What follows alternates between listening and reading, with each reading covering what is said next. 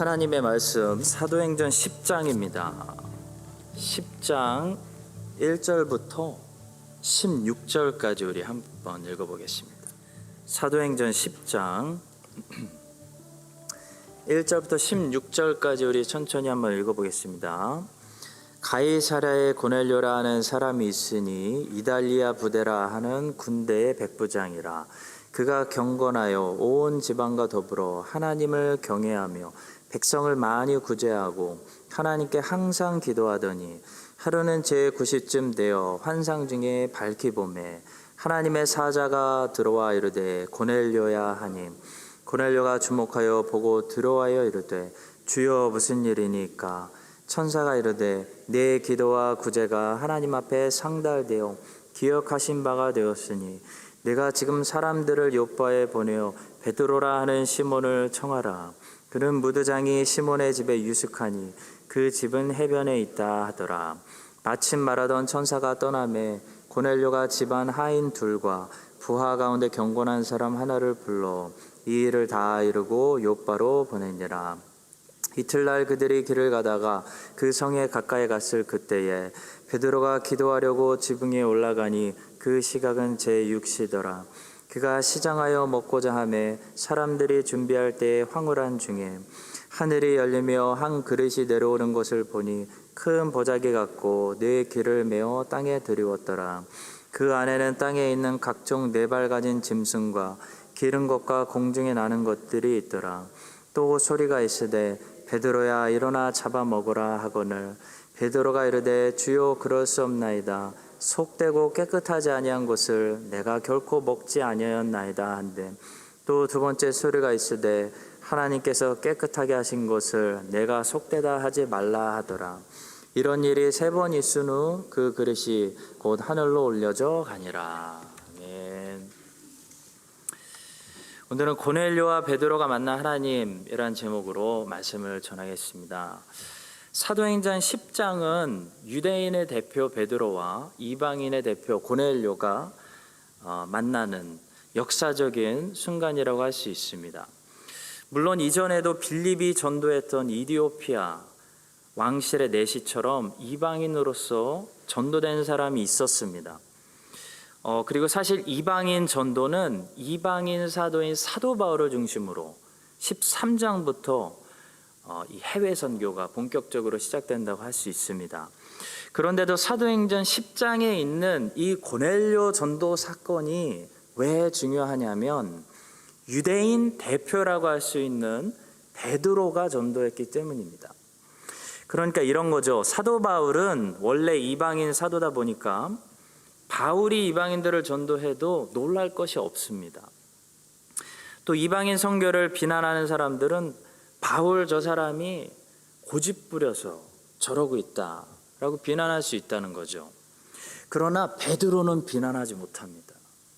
유대인 사도라고 할 수 있는 유대인 중에 유대인 베드로가 만약에 이방인 집에 들어가서 이방인과 같이 식사하고 이방인에게 복음을 전한다면 얘기가 달라집니다.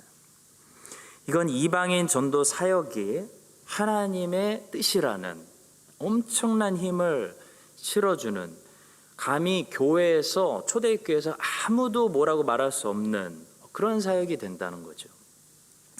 그런 의미에서 오늘 본문은 베드로가 고넬료를 전도하고 있기 때문에 매우 의미가 있는 그런 사건이라고 할 수 있습니다. 오늘 본문을 통해서 고넬료의 하나님 또 베드로가 만난 하나님이 어떻게 저와 여러분의 하나님이 되시는지 몇 가지만 묵상하고 또 기도하도록 하겠습니다. 첫 번째로 고넬료가 만난 하나님인데요. 고넬료가 만난 하나님은 알아주시는 하나님이었습니다. 우리 하나님은 알아주시는 하나님입니다. 이 말은 우리 하나님께서는 종들의 수고를 인정해 주시는 분이다 라는 사실이죠. 고넬료는 항상 기도하고 많이 구제하는 사람이었습니다. 그런데 어느 날 하나님께서 천사를 보내셔서 그의 기도와 구제를 알아주시고 인정해 주셨습니다. 2절부터 4절 제가 다시 읽어보겠습니다. 그가 경건하여 온 지방과 더불어 하나님을 경외하며 백성을 많이 구제하고 하나님께 항상 기도하더니 하루는 제90쯤 되어 환상 중에 밝히 보매 하나님의 사자가 들어와 이르되 고넬료야 하니 고넬료가 주목하여 보고 두려워 이르되 주여 무슨 일이니까 천사가 이르되 내 기도와 구제가 하나님 앞에 상달되어 기억하신 바 되었으니 라고 말합니다. 선교사님들이 선교지에서 제일 힘들어 하시는 것 중에 하나가 정신적인 거라고 하는데요, 선교사로 왔다고 해서 그 수고를 사람들이 알아주지 않기 때문이라고 합니다. 그래서 우리 선교사님들 위로할 때 수고 많으시죠 라고 알아드리는 거 굉장히 중요합니다. 잘 사는 나라에서 다 버리고 지금 못 사는 나라 왔는데 정작 도움을 받는 사람들이 한다는 소리가 어떠냐면요, 당신 우리나라 잘 살려고 왔지? 우리나라 좋아서 왔지? 이런 소리를 한다는 거예요. 내가 열심히 헌신하고 희생하고 봉사한다고 해서 여러분 사람들이 내 수고 헌신 희생 알아주는 거 아닙니다. 언젠가는 알아주겠지 라는 희망을 가지고 계속 봉사하시는 분들이 있는데요, 그런 마음으로 봉사하시는 분들 정말 위험한 분들입니다. 왜냐하면 사람들은 끝까지 모를 수도 있습니다. 어떤 분들은 왜 갑자기 상처받고 헌신을 그만두냐면 내가 이만큼 헌신하면 사람들이 알아줄 거라고 생각했는데 끝까지 아무도 모르기 때문입니다. 그러니까 혼자 기대했다가 혼자 상처받고 혼자 그만두는 거죠. 이런 케이스가 교회마다, 교회 안에 얼마나 많은지 모릅니다. 성도 여러분, 미리 말씀드리는데요, 사람들은 모릅니다. 사람들에게 알아주겠지 기대해서는 안 됩니다. 교회에서 봉사하고 헌신하실 때는 누군가는 알아주겠지, 언젠가는 알아주겠지, 이런 생각은 애초부터 버리고 우리가 봉사해야 봉사를 가벼운 마음으로 할 수가 있습니다. 사람들은 남이 해주는 것들은 어렵지 않다고 느끼는 동물입니다. 저도 아내가 밥 해주고 빨래 해주면 솔직히 쉬워 보입니다. 그냥 뚝딱 하면 음식이 나오는 것 같고, 그냥 뚝딱 하면 새 옷이 옷장 안에 탁 들어가는 것 같고, 뚝딱 하면 시커멓던 아이들이 깨끗하게 거듭나서 잠옷을 입고 있는 그런 기적을 보게 됩니다. 아내가 하니까, 남이 하니까 쉬워 보이죠. 내가 하려고 하면 아이들 씻기는 것도 얼마나 힘든지 깨닫게 됩니다. 사람은 남들이 해주는 거 별로 어렵지 않다고 느끼기 때문에 봉사를 별로 고마워하지 않는 거죠. 알아주지 않는 겁니다. 그 정도도 못하나? 라고 생각하는 거죠. 교회에 오면 저절로 불이 켜지고 문이 열리고 항상 깨끗하게 청소되어 있는 줄 아는 겁니다.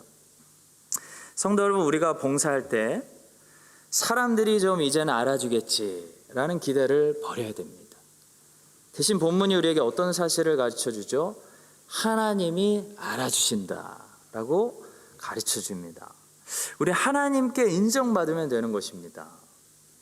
하나님께 인정받으면 다행히도 사람들에게 인정받지 못해도 그 아쉬움이 다 채워진다는 거죠.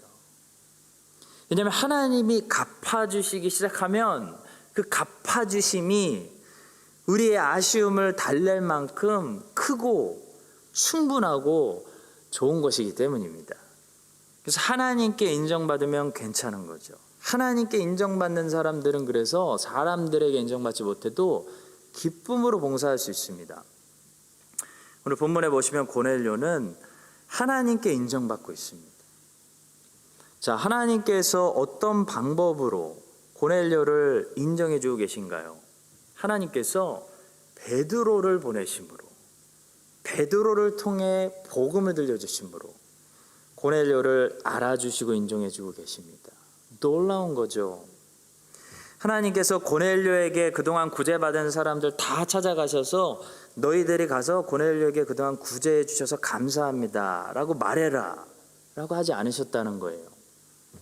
하나님은 고넬료가 전혀 생각하지 못한 한 사람을 고넬료에게 보내심으로 고넬료를 알아주시고 인정해 주십니다.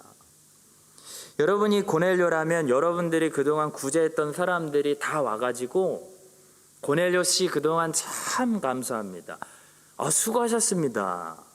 이런 말 듣고 싶으세요? 아니면 베드로를 만나고 싶으세요? 저는 베드로를 만나고 싶습니다. 예수님의 제자, 하나님의 사도 베드로를 만나서 복음을 듣고 전혀 차원이 다른 복을 받은 것이 고넬료에게 더 나았다는 것입니다. 성도 여러분, 하나님은 항상 더 좋은 것으로 갚으십니다. 하나님이 항상 우리가 잃어버린 것들을 찾게 하시는 건 아닙니다.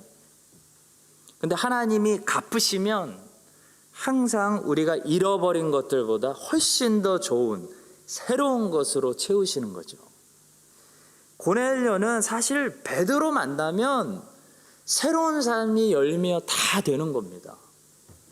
그동안 구제했던 사람들이 다 자기 몰라줘도 되는 겁니다. 괜찮습니다. 여러분들이 평생 누군가에게 헌신했는데 그 사람이 알아주지 않는다고 서운해할 필요 없다는 겁니다. 전혀 필요 없어요. 하나님이 갚아주시고 하나님이 인정해 주시면 전혀 다른 차원의 세계로 인도받는 복을 주시는 겁니다. 우리가 헌신할 때 헌신의 대상에게 무엇을 기대하지 말아야 됩니다. 내가 이 부서를 몇 년 동안 어떻게 섬겼는데 나에게 이거밖에 안 해줘? 그런 생각하지 말고 나올 때 그냥 나와야 된다는 거죠. 우리는 하나님께 기대해야 됩니다. 하나님께 기대하십시오. 상 주시는 분, 갚아주시는 분, 알아주시는 분은 하나님이시기 때문입니다. 그리고 하나님께 받는 상이 더 좋은 상이기 때문에 아쉬울 거 하나도 없다는 믿음이 있어야 됩니다. 각자의 자리에서 봉사하시고 헌신하시는 분들, 사람들이 알아주지 않는다고 해서 실망하지 마시고 마음도 상하지 마시고 기대도 하지 마시고 십자가를 지고 헌신하십시오. 그래서 바른 헌신은 언제나 십자가를 등에 지고 하는 헌신입니다. 우리가 십자가를 지고 헌신할 때 베드로를 보내시는 하나님께서 전혀 다른 수준의 축복으로 주님의 종들을 언젠가는 알아주시고 위로해 주실 줄로 믿습니다. 그런 위로를 다 받으시기를 예수님의 이름으로 축복합니다. 두 번째로 베드로의 하나님을 통해서 우리는 속되고 속되지 않은 것의 기준은 우리가 아니라 하나님께 있다는 것을 배우게 됩니다. 우리는 우리의 경험과 지식을 절대화시키면 안 됩니다. 자, 우리의 경험과 지식이 나쁘다는 것이 아닙니다. 무조건 틀리다는 것도 아닙니다. 옳더라도 그것은 부족하고 충분하지 않기 때문에 절대화시키면 안 된다는 거죠. 다른 겁니다. 여러분과 제가 가지고 있는 지식은 배우는 지식입니다. 자라나는 지식입니다. 여러분과 저는 옳은 지식을 가지고 있을 수 있습니다. 그러나 그렇다고 해도 절대화시키지 말아야 된다는 거죠. 그것은 충분한 지식이 아니기 때문이라는 겁니다. 자, 본문의 베드로는 이미 훌륭한 사도였습니다. 그러나 완벽하지는 않습니다. 베드로는 훌륭하지만 예수님이 아닙니다. 그래서 베드로는 절대화되면 안 되는 것입니다. 온전히 예수님만 절대화될 수 있는 것입니다. 훌륭함을 완벽함으로 착각하면 안 되겠습니다. 베드로는 많이 알고 많이 배웠습니다. 그러나 더 배워야 되는 사람이었습니다. 주님은 오늘 본문에서도 베드로를 계속해서 가르치고 계십니다. 베드로는 본문에서 배우고 있습니다. 오직 하나님만이, 하나님의 말씀만이 처음부터 완전한 진리이기 때문에 하나님의 말씀만이 기준이 되어야 됩니다. 인간이 기준이 되면 안 됩니다. 내 생각이 기준이 되면 안 됩니다. 베드로 안에는 복음이 있었지만 아직도 그 복음이 유대주의, 민족주의, 또 자기의 생각과 많이 섞여 있었습니다. 유대인들은 당시 제3시, 6시, 9시 이렇게 기도하는 습관이 있었는데요. 베드로는 철저하게 그 시간에 맞춰서 기도하고 있었습니다. 베드로는 아마도 자기처럼 기도하는 거, 3시에 기도하고 6시에 기도하고 9시에 기도하는 것이 절대적으로 맞는 기도라고 믿고 있었을 것입니다. 그러나 주님은 뭐라고 말씀하셨죠? 쉬지 말고 기도하라, 깨어 있으라 라고 말씀하셨지, 제3시, 제6시, 제9시에 기도하라 라고 말씀하신 적은 없습니다. 주님은 언제나 본질에 대해서 말씀하셨지, 본질을 실행하는 형식과 방법에 대해서는 문을 많이 열어두셨다는 거죠. 미국의 독립선언서를 쓴 미국의 대통령 토마스 제퍼슨은 이렇게 말했습니다. 예수님은 방법의 문제에 있어서는 늘 물결을 타셨지만 본질 문제에 있어서는 바위처럼 흔들림이 없으셨다. 예수님은 홀로 있어야 할 때 홀로 계셨고 함께 있어야 할 때 함께 계셨습니다. 예수님은 늘 홀로 있기를 좋아하시는 분이시면서 동시에 늘 사람들과 함께 있기를 좋아하시는 분이셨습니다. 이것은 모순이 아니라 균형을 말합니다. 홀로 있어야 합니다 라는 것을 우리가 절대화시키면 그때부터 우리는 수도사가 됩니다. 반대로 사람들과 예수님처럼 늘 함께 있어야 됩니다 라는 것을 우리가 절대화시키면 그때부터 우리는 세속주의에 빠질 확률이 큽니다. 주님은 하나님을 사랑해야 된다, 이웃들을 내 자신과 같이 사랑해야 된다라는 본질적인 것을 말씀하셨지, 꼭 아침에는 홀로 있는 시간을 가져야 된다, 꼭 식사할 때 낮에는 사람들과 어울려야 된다라는 것을 가르친 것이 아니라는 거죠. 무엇을 우리가 절대화시키면 안 된다는 것입니다. 근데 우리는 어떻게 하기를 좋아하죠? 홀로 있는 시간을 절대화시키고 함께 있는 시간을 절대화시켜서 주님의 가르침을 오해하고 왜곡시킬 때가 많다는 겁니다.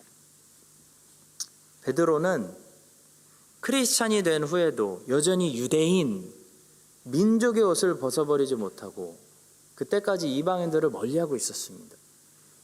주님께서 땅끝까지 이르러 내 증인이 되리라, 가서 모든 민족을 제자로 삼아라 라는 명령을 남기신 지 꽤 오랜 시간, 몇 년이 지났음에도 불구하고 수제자인 베드로마저 그 말씀에 순종하지 않고 있었다는 겁니다. 그만큼 이 훌륭한 사도조차도 완전하지 않았다는 겁니다. 요바에서 죽은 다비다를 살리는 사역에 쓰임받은 이 훌륭한 사도조차도 여전히 배워야 하고 성장해야 했기 때문에 속되고 속되지 않은 것, 옳고 그른 것에 기준이 될 수 없었다는 것입니다. 성도 여러분, 예수님께서는 베드로에게 그래서 환상을 보여주시죠. 환상을 보여주시면서 베드로의 편견을 깨뜨리시고 베드로가 모르고 있는 사실을 가르쳐 주셨습니다. 마찬가지로 여러분과 저도 옳은 지식을 가지고 있어도 그 지식은 앞으로도 우리가 살면서 계속 성장하고 배워야 하는 부족한 지식입니다. 여러분과 제가 아주 훌륭한 체험과 바른 경험을 가지고 있다고 하더라도 그 경험은 계속 성장해야 하는 경험이지 절대화시키면 안 된다는 것입니다. 오직 하나님의 말씀만이 절대화시킬 수 있는 모든 것의 기준이 될 수 있습니다. 어쩌면 우리는 이런지도 모르겠어요. 지금까지 홀로 계시는 것을 좋아하는 예수님만 알고 사람들과 함께 계시는 것을 좋아하는 예수님은 아직 만나지 못했을 수도 있습니다. 반대로 어떤 사람은 사람들과 함께 계시는 예수님은 내가 잘 알아도 홀로 계시는 것을 좋아하시는 예수님은 아직 내가 모를 수도 있다는 거죠. 예수님의 한 면만 내가 알면서 나는 예수님을 확실히 알고 있다 라는 편견을 가지고 있을 수도 있다는 것입니다. 어쩌면 우리는 본문에 나오는 베드로 같을지도 모르겠어요. 내가 좀 기도 좀 하는 사람입니다. 난 평생 기도했습니다. 나는 제 3시, 제 6시, 제 9시에 기도했습니다. 제 3시, 6시, 9시에 기도하는 것만이 제일 기도 생활을 잘하는 절대적인 신앙생활이라고 믿고 있는 신앙인일 수도 있다는 거죠. 그러면서 그 시간에 기도하지 않는 사람들을 저 기도하지 않는 사람들이라고 쉽게 판단하고 있는, 더 배워야 되는 베드로의 모습이 내 모습일 수도 있습니다. 어쩌면 우리는 본문의 베드로처럼 유대인 안에서만 복음을 전하고 있는, 욥바 루따에만 가고 있는 미성숙한 제자들인지도 모르겠습니다. 사실 그럴 가능성이 크다고 봅니다. 그렇지 않다면 한인교회들이 아직도 이 다민족 사회 속에서 이미 다민족 교회로 문을 열지 않았을까요? 성도 여러분, 우리는 지금까지 주님께 잘 배웠습니다. 베드로처럼 잘 배웠어요. 그렇지만 앞으로도 계속 잘 배우고 성장해야 됩니다. 우리가 지금까지 잘못하고 틀렸다는 것이 절대 아닙니다. 다만 계속 배워야 한다는 거죠. 지금 내가 아는 것을 절대화시키지 말라는 것입니다. 우리가 지금 아는 것을 절대화시켜서 주님, 제가 절대로 저런 음식은 먹을 수 없습니다 라고 말하지 말고, 하나님께서 깨끗하게 하신 것을 네가 속되다고 하지 말라 라는 주님의 말씀을 새겨 들어야 됩니다. 여러분과 제가 우리의 것들을 절대화시키지 말고 오직 그리스도의 말씀만 절대화시켜서 본질에는 흔들림이 없고 방법에는 생각의 문들을 활짝 여는 그런 성장하는 교회, 더 배우는 교회, 더 배우는 주님의 자녀들 되시기를 주님의 이름으로 축복합니다. 마지막 세 번째입니다. 이 고넬료와 베드로가 우리에게 함께 보여주는 모습은 기도하고 있는 모습이라는 거죠. 기도하고 있는 사람은 정체되지 않고 배우고 성장하게 됩니다. 자, 고넬료는 당시에 구제를 많이 했습니다. 훌륭한 사람입니다. 근데 복음을 모르고 있었습니다. 고넬료는 제6시, 9시, 3시 기도를 하고 있는 것으로 봐서 아마 유대교로 이렇게 개종한 사람이었던 것 같습니다. 많은 이방인들이, 유대인들이 도덕적으로 당시 세상 사람들 봤을 때 도덕적으로 비교가 안 될 정도로 뛰어났기 때문에 유대교로 개종하는 사람들이 많았습니다. 그래서 유대교로 개종하고 있었는지 모르겠습니다. 그렇지만 고넬료는 복음을 몰랐습니다. 예수님을 몰랐습니다. 부족했습니다. 하나님께 기도했지만 부족했습니다. 따라서 하나님께서 베드로를 보내셔서 부족한 고넬료를 예수 그리스도의 복음으로 채우시는 거죠.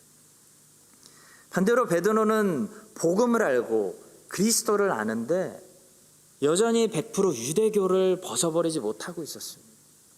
그에게는 많은 형식과 편견이 남아 있었습니다. 그러나 그는 기도하는 사람이었기 때문에 배우고 성장했습니다. 기도하는 사람들은 고넬료와 베드로처럼 배우고 성장하게 됩니다. 기도하는 사람들은 정체되지 않습니다. 앞으로 전진하게 됩니다.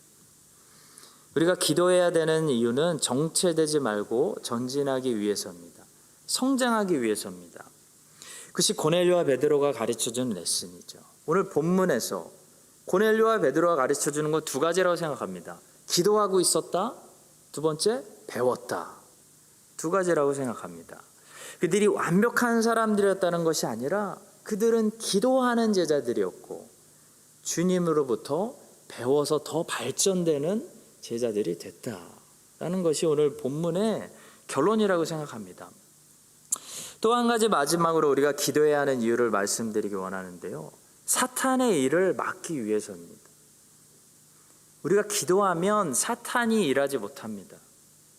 그런데 우리가 기도를 멈추면 사탄이 일하기 시작합니다.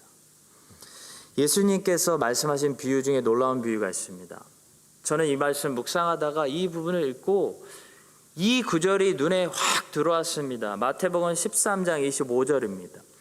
사람들이 잘 때에 그 원수가 와서 곡식 가운데 가라지를 덧뿌리고 갔더니, 다시 읽어보겠습니다.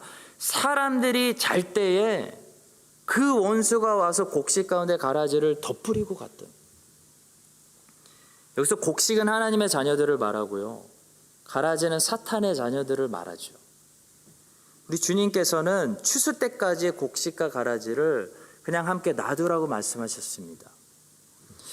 그렇기 때문에 가라지가 많을수록 하나님의 자녀들은 죽지는 않지만 괴로움을 당하는 거죠. 시험을 많이 당하는 겁니다. 함께 공존하기 때문이죠. 그런데 이 사탄이 가라지를 곡식 가운데 덧뿌리는 마귀의 역사를 언제 한다고 제가 말씀하고 있죠? 사람들이 잘 때 마귀가 역사한다고 말씀하고 있습니다. 교회가 잔다는 것은 뭘까요? 영적으로 기도하지 않는다는 것을 말하는 것입니다. 주님은 기도하라 라는 말씀과 깨어 있어라 라는 말씀을 늘 함께 하셨습니다. 기도가 멈추면 교회는 영적으로 수면 상태에 들어가죠. 교회가 졸고 있으면 그때부터 사탄 마귀가 역사하기 시작하는 것입니다.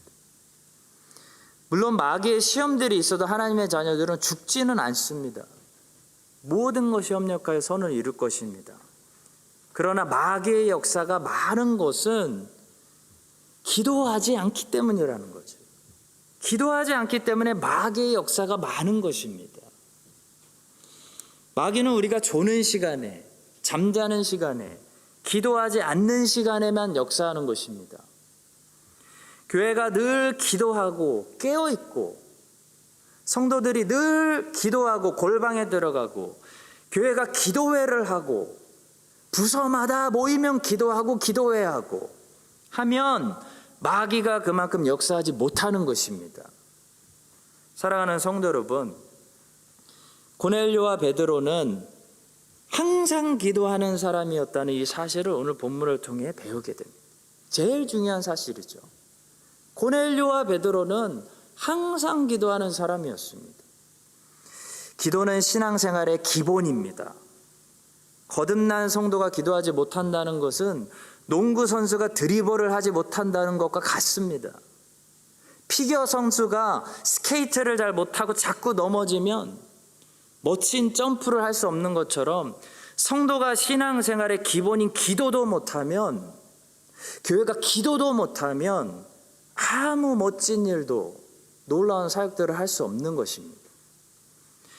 프로 선수일수록 기본이 튼튼합니다. 프로일수록 늘 기본 연습을 많이 합니다. 신앙도 마찬가지입니다. 기도를 많이 하는 사람이 큰 일에 쓰임 받습니다.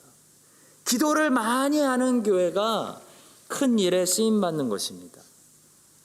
베드로와 고넬료는 기도하고 있었습니다. 기도하다가 하나님의 명령도 받았고, 기도하다가 하나님께 쓰임도 받았고, 기도하다가 하나님께 가르침도 받았고, 기도하다가 하나님께 응답도 받았습니다. 여러분과 제가 큰 일도 감당하려면 기본기가 튼튼해야 됩니다. 기도를 잘해야, 기도하는 것이 당연해져야 하나님이 맡기시는 모든 일들을 감당할 수가 있습니다. 이 사실을 우리가 다시 한번 오늘 밤에 기억하고요, 교회에 자꾸 기도 모임을 만들고 부서마다 모일 때마다, 미팅할 때마다, 교사 미팅할 때마다, 성도들 모일 때마다 함께 기도하고, 또 각자 흩어져서 골방에 들어가서 아침 저녁으로 기도하는, 그런 깨어있는 마귀의 역사를 막는 그런 성도들이 깨어있는 그런 크라이스트처치 한인장로교회 될 수 있기를 예수님의 이름으로 축원합니다. 우리 함께 기도하겠습니다. 두 가지만 가지고 오늘 기도하고 각자 기도하고 가겠습니다. 기도에 관한 말씀 가지고 기도하겠습니다. 첫 번째로, 기도하는 사람이 정체되지 않고 배우고 성장하게 됩니다. 이 본문의 베드로와 고넬료는 배우고 성장했다는 것이죠. 우리가 옳은 지식을 가지고 있어도 계속 배우고 성장해야 되는 지식을 가지고 있을 뿐입니다. 계속 배우고 성장할 수 있는 우리 모두가 될 수 있도록 우리 함께 이 시간 기도하도록 하겠습니다. 기도하겠습니다.